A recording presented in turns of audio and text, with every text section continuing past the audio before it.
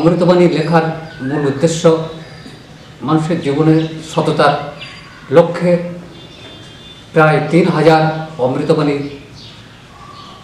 লেখা আছে এবং মানুষের জীবনের দুঃখ বেদনা যন্ত্রণায় মানুষ অত্যন্ত ভারাক্রান্ত। বাস্তব জীবনযাত্রায় মানুষ দিশাহীন পথে চলাচল করে এবং সেক্ষেত্রে মানুষের সঠিক পথ প্রদর্শনের একমাত্র উপায় এই অমৃত বাণী ছোট্ট ছোট্ট কথার মাধ্যমে অসংখ্য উপদেশ বার্তা মানুষের কাছে যেভাবে পৌঁছাবে তার সূচনা এই অমৃতবাণী।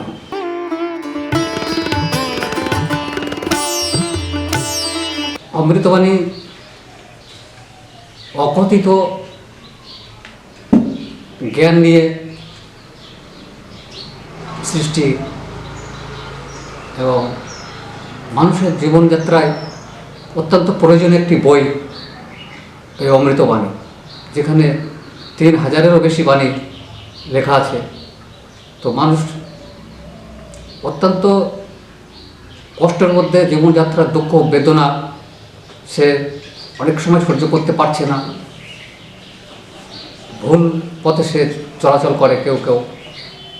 তো এ কারণে অমৃতবাণীর কিছু বার্তা পৌঁছে দেওয়ার জন্যে মানুষের কল্যাণময় জীবনে অত্যন্ত প্রয়োজন বলে মনে করি এবং সততার লক্ষ্যে মানুষের জীবনযাত্রা অবশ্যই পরিবর্তন হবে এবং প্রয়োজন একটি বাণী বিষয়ক গ্রন্থ। মানব কল্যাণের অত্যন্ত মূল্যবান এই গ্রন্থ মানুষের জীবনযাত্রায় অত্যন্ত আকর্ষণীয় করে তোলে। প্রতিটি লাইন, প্রতিটি বাক্য মুগ্ধ করে তোলে, যে কল্পনাতীত এত ভাষা, এত কল্পনা আবেগপ্রবণভাবে মানুষকে মুগ্ধ করে।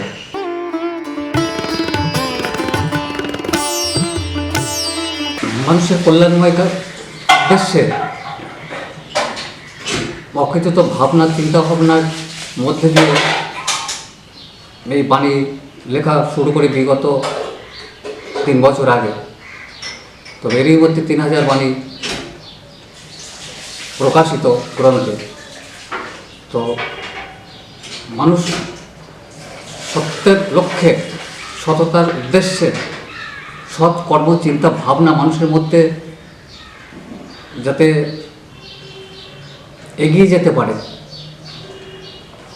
এবং স্বপ্নময় জীবনযাত্রা স্বচ্ছতার সঙ্গে সে এগিয়ে যাবে, এই বাণী প্রতিটি লাইনের মধ্যে স্পষ্ট উল্লেখ করা আছে। বাণী অবশ্যই পড়া মানুষের প্রয়োজন। বর্তমান সমাজে যেভাবে মানুষ ভুল পথে যাচ্ছে, অকথিত অত্যাচার হচ্ছে, নির্যাতন, দুঃখ বেদনা যন্ত্রণা মানুষ সহ্য করতে পারছে না, সেক্ষেত্রে এই বাণী মানুষকে তার সেই ভুল ভাবনাগুলি থেকে অনেক দূরত্ব বজায় রাখতে পারবে। এই বাণীর নির্দেশনায় মানুষের জীবনযাত্রা স্বচ্ছতা, আবেগপ্রবণভাবে এগিয়ে যাবে এবং সে যথার্থ অনুপ্রেরণায় তার কর্মজীবন নতুনভাবে রূপ দিতে পারবে। এই উদ্দেশ্যই অমৃতবাণী।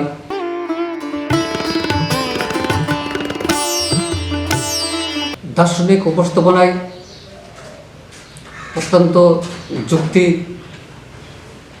সহকারে মানুষকে সঠিক পথে চলার এক অনন্য মাত্রা পায় অমৃতবাণী এবং প্রয়োজন। বর্তমান সমাজে মানুষ অত্যন্ত বিভ্রান্ত, অত্যন্ত কুপরামর্শ কেউ কেউ তার জীবন দুর্দশায় কেটে যাচ্ছে। সেক্ষেত্রে বাণী লেখা গবেষণায় অনেক স্বচ্ছ পথ মানুষের জীবন পরিবর্তন করে দেবে, তার ভাবনা সে এগিয়ে যাবে। সমাজের লক্ষ্যে এত বাণী লেখার উদ্দেশ্যতাই মানুষকে জীবন পরিবর্তন করে দেবে। এখানে হিংসা থাকবে না, লোভ থাকবে না, অহংকার থাকবে না, ঘৃণা থাকবে না। এমন একটি গ্রন্থের আমার গবেষণায় সে কথা অকথিত উল্লেখ্য। অনুপ্রেরণা ব্যতীত মানুষের জীবন সম্পূর্ণ অনর্থক, অর্থাৎ অনুপ্রেরণা প্রয়োজন। বাস্তব সমাজে মানুষ যেভাবে অনেক কাজের সঙ্গে উপরচনায় জড়ে যায়, তার জীবনযাত্রা ধ্বংসের লক্ষ্যে এগিয়ে যায়। সেই জীবনযাত্রা ধ্বংসের লক্ষ্য থেকে ফিরিয়ে বাঁচিয়ে আনতে পারবে এই অমৃতবাণী।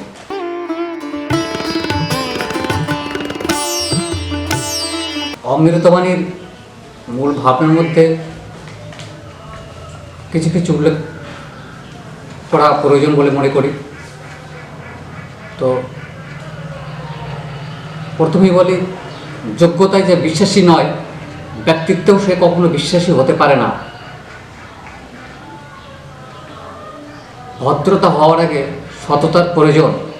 সর্বদাই যে ব্যক্তি অন্যের ভালো চায়, তার দুঃখের ঢেউ সাগরের চেয়েও বেশি। জ্ঞান বুদ্ধি প্রলয়, জ্ঞান বুদ্ধি কলম পরিশ্রম, এই চারটি তোমার হলে বাস্তবমুখী লড়াইয়ে জয়ী হতে পারবে। প্রতিহিংসার অন্ধ হলে জ্ঞানের আলো ধরা দেয় না। প্রশংসায় খোঁজে দুর্বলতার সুযোগ।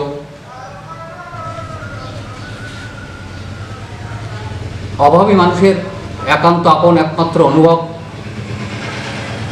কোনো সন্তান যখন মাকে আঘাত দেয়, তখন ওই মায়ের কান্নায় শব্দ আকাশ পর্যন্ত স্পর্শ করতে পারে। সম্পর্ক তখন গভীর হয়, স্পর্ধা যখন ভালোবেসে মন ছুঁয়ে যায়। হৃদয় যখন দরদি হয়, মায়াবী চোখ তখন প্রেমিক হয়। হতাশা যদি বাসা বাঁধে মনের মাঝে, ভেসে যাবে জীবনের শত আশা। সেই রমণী প্রিয় যে কখনো ত্যাগের কাছে হারে না।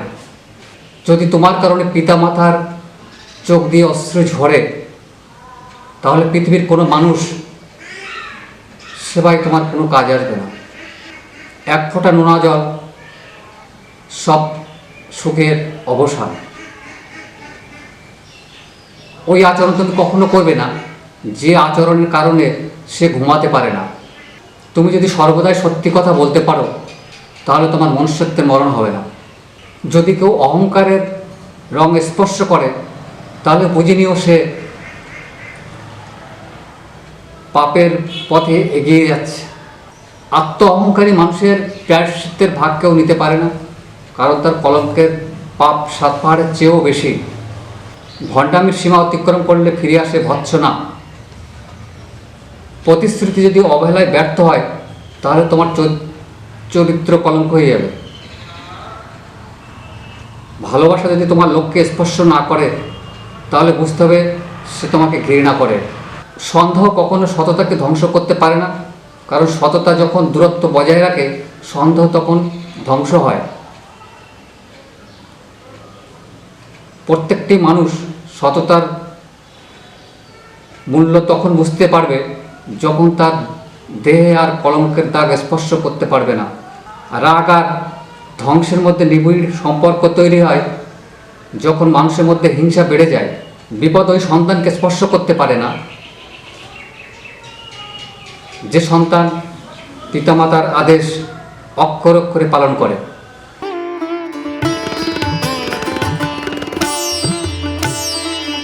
সাহিত্য কাব্যের পাশাপাশি অমৃতবাণী মনের গভীরতাকে স্পর্শ করে বা স্পর্শ করতে পারে। মানুষের জীবনযাত্রায় বাণী অবশ্যই স্পর্শ করবে তার সততার লক্ষ্যে, নির্দিষ্ট পথে সে এগিয়ে যেতে পারবে। এই কারণে বাণী মানুষকে ভাবতে বলে এবং শেখার প্রয়োজন। কোটি কোটি মানুষের হৃদয়ে তার জীবনযাত্রা পরিবর্তন অবশ্যই করবে, কারণ সত্য তত্ত্ব সংবলিত উঠে এসেছে অসংখ্য বাণী। দার্শনিক উপস্থাপনায় অত্যন্ত গভীরে ভাবনা চলে যাওয়ার কারণে খুব সংক্ষিপ্ত আকারে এই বাণী লেখা সম্ভব হয়ে ওঠে। কথিত ভাবনার কঠিন সময়ের মধ্যে এবং কর্মজীবনের মধ্যেও ভাবনা খুব গভীরে প্রবেশ করার কারণে সংক্ষিপ্ত ভাষায় মানুষের কল্যাণময় জীবন গড়ার লক্ষ্যে এই বাণী এসে যায় বা মানুষের প্রয়োজনে তার জীবনযাত্রায় সুখ স্পর্শ করতে পারে এবং পারবে। কখনো কোনো মানুষ ব্যর্থ হবে না।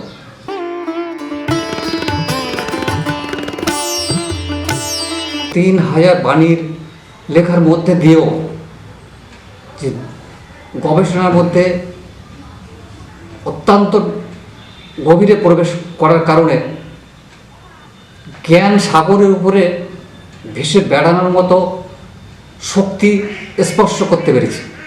এবং দার্শনিক উপস্থাপনা এত জ্ঞানের যে দক্ষতা বা প্রয়োজন মানুষের কল্যাণময় জীবন গড়ার উদ্দেশ্যে খুব গভীরে প্রবেশ করে মানুষের জীবনযাত্রায় সে খারাপ পথে কখনোই চলাচল করতে পারবে না, স্পর্শ করতে পারবে না কোনো অসৎ কর্ম। সুদীর্ঘ গবেষণার মাধ্যমে প্রয়োজন পড়ে যে সমাজের জন্য কিছু করে যাওয়া, কিছু লিখে রেখে যাওয়া, এবং দার্শনিক উপস্থাপনা মধ্যেই মানুষের বাস্তব জীবনের উদ্দেশ্যে দৈহিক দুঃখ বেদনা যন্ত্রণায় মানুষ সত্যি আজও অসহায়।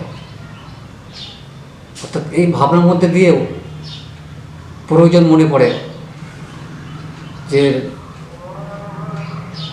কলম যদি কথা বলে তো দর্শন শাস্ত্রেও একবার ডুবে যাওয়া প্রয়োজন আছে বলে মনে করি। মনস্তাত্ত্বিক ভাবনা অত্যন্ত জটিল হলেও খুব সহজেও ভাবনা পরিবর্তন করে সমাজ পরিবর্তন করা সম্ভব হয়ে ওঠে এবং সহজ হয়ে ওঠে মানুষের জীবনযাত্রা। যে বাণীর মাধ্যমে কোটি কোটি মানুষের জীবনযাত্রা সততার লক্ষ্যে এগিয়ে যাবে, নিঃসন্দেহে মানুষ উপকৃত হবে। এই সমস্ত বাণী পড়ার কারণে মানুষের জীবন পরিবর্তন আসবেই আসবে। তোমার হিংসা আমার ভবিষ্যতের অনুপ্রেরণা। তুমি যে কর্মের কারণে ব্যর্থ, সেই কর্মের কারণে ভেঙে পড়বে না, কারণ ওই কর্ম তোমার উপযোগী নয়। লোভ কখনো দীর্ঘস্থায়ী হয় না, কারণ লোভ যে কোনো মুহূর্তে বিস্ফোরণ ঘটায়, আর যখন ঘটায় তখন সম্পর্কে বিয়োগ হয়। এক ফোঁটা চোখের জল সমুদ্রের চেয়েও পবিত্র। দ্রুত দুর্ভোগ বাড়াতে পারে একমাত্র ঠকানোর সিদ্ধান্ত। তুমি কাউকে আঘাত দিলে তোমাকেও একদিন আঘাত পেতে হবে, শুধু সময়ের ব্যবধান। স্পর্ধা দেখাতে পারে না একমাত্র ধৈর্য। ধৈর্য ব্যতীত ত্যাগ সম্ভব নয়। দুর্ভাগ্যের দোষারোপ করতে নেই, কারণ কর্ম ভাগ্যের বন্ধু। লক্ষ্যে পৌঁছানোর আগেই উপযুক্ত গুণগুলির মর্যাদা দাও। অধৈর্যের কারণে মনুষ্যত্ব ক্ষুণ্ণ হয়। রূপ যদি অনুভবের কাহিনী শোনায়, তাহলে বুঝে নিও অসমাপ্ত প্রেমের উপন্যাস শেষ। ঠকানোর সম্ভাবনা চিন্তা কখনো নিজের আত্মপ্রতিষ্ঠা ঊর্ধ্বমুখী লক্ষ্য স্পর্শ করতে পারে না। ঘৃণা প্রতিরোধে নিঃশব্দ বিপ্লব শক্ত হয়। স্পৃহা ব্যতীত সুখ কখনো দীর্ঘস্থায়িত্ব নয়। মানুষকে বোকা বানানোর কৌশল বেড়ে গেলে কোনো প্রতিশ্রুতি তখন আর সুখ দিতে পারে না। চেষ্টা ধ্বংস হলে নিন্দামুখর হওয়ার সম্ভাবনা বেশি।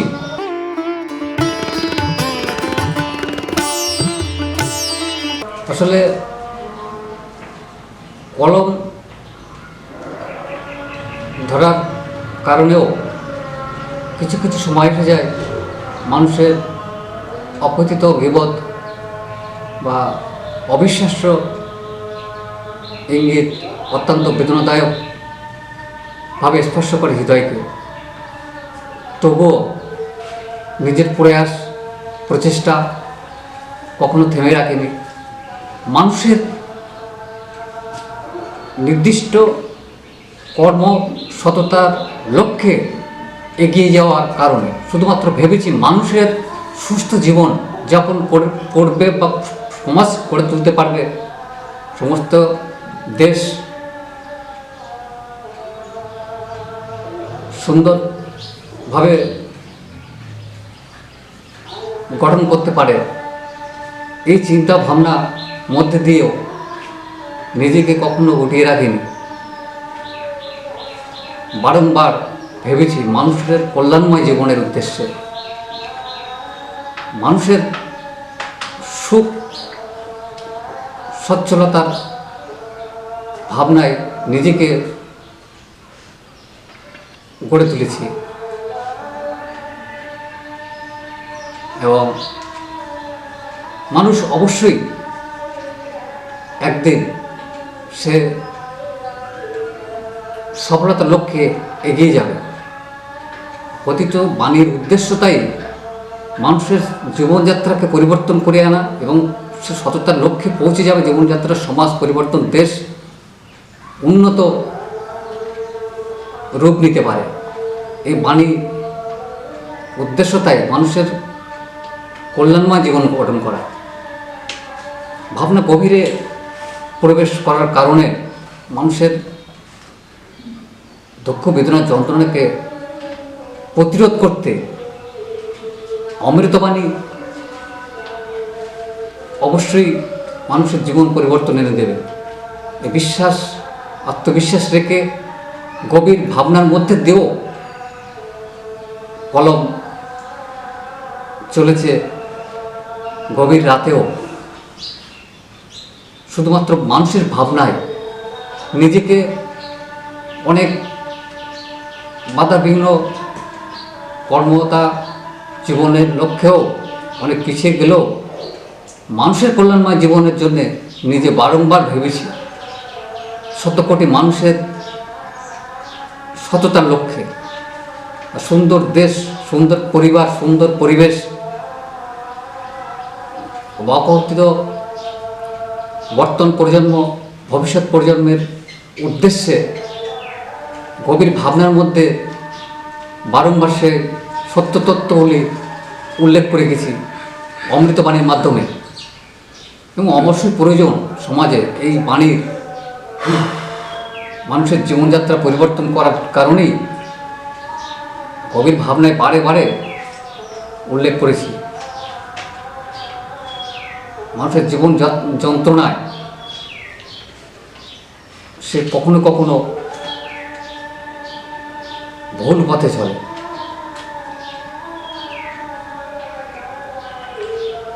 এবং জ্ঞানের প্রয়োজন আছে। প্রত্যেকটি মানুষের জীবনযাত্রার জ্ঞান মানুষের জীবনকে পরিবর্তন করে দিতে পারে সততার লক্ষ্যে, এবং ভাবনার প্রয়োজন আছে মানুষকে। জ্ঞানের মানুষের প্রয়োজন সমাজ গঠন করতে, দেশ গঠন করতে, পরিবার গঠন করতে জ্ঞানের প্রয়োজন মানুষের। অকথিত বুদ্ধি প্রচেষ্টা প্রয়োজনের কথা বলে এই অমৃতবাণী।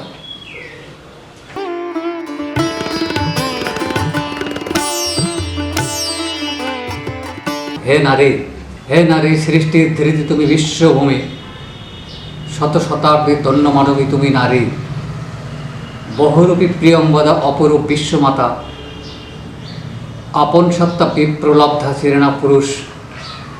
হে নারী, তুমি জ্যোতির্ময় জননী বিদ্যাবতী, প্রশংসায় পঞ্চমুখী রূপাসে নিহারিকা। আমি চেয়ে দেখেছি সব বহু যুগ, কখনো পাইনি তোমার মনের কথা। হে নারী, তুমি দেশশূন্য স্বামীর বর্বরতায়, যৌবনের উন্মাদনা পুরুষের বিশ্রাম আপন পত্নী, অনায়াসে নত জানু দরদি মন পুরুষের প্রেমে। হে নারী, তুমি গভীর স্বাদ পেতে ভয় পাওনি সৃষ্টির সন্ধানে, হিংসা নেই ফুলের সৌরভ মানুষের গ্রাণ। তুমি অন্তরিক্ষ শক্তি না নারী, কত প্রাণ গেল চলে সৃষ্টির অন্বেষণে বিশ্বভূমি। আকাশের নীলিমায় যদি থাকে লেখা সৃষ্টির ব্যথা, শতগুণী অরক্ষণীয় ভাবিনা অবয়ব জৌলসতা। সত্যি করে বলো নারী, সার্থক জনম বিশ্বভূমি।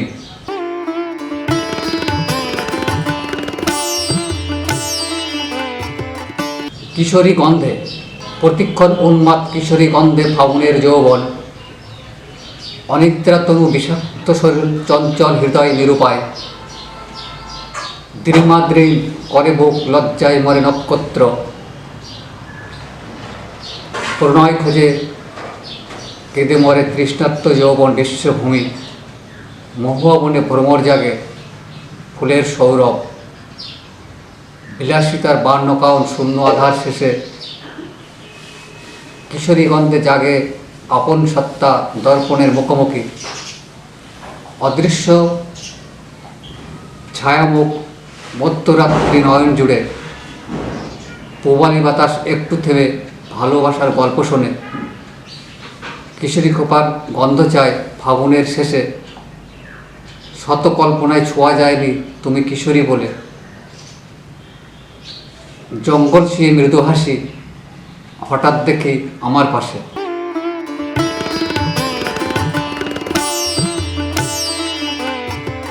নদী স্রোত চিনি চলর্মী মহানিশা ফাগুন, দূরদৃষ্ট জমের দণ্ড।